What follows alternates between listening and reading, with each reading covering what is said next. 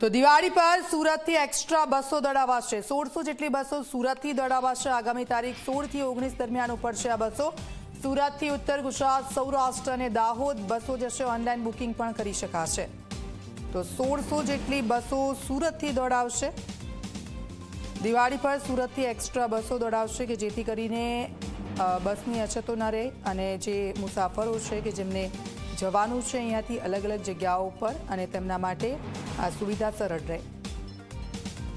1600 બસોની વ્યવસ્થા થકી લોકો માટેની વ્યવસ્થા કરવાનું નક્કી કરવામાં આવ્યું છે, પરંતુ આજે જ શહેર ભારતીય જનતા પાર્ટી અને ચૂંટાયેલા પ્રતિનિધિઓ દ્વારા બીજી વધુ બસો માટેની બી જે માંગણી કરેલી છે તે માટે બી અમે લોકોએ સંપૂર્ણ તૈયારીઓ રાખી છે।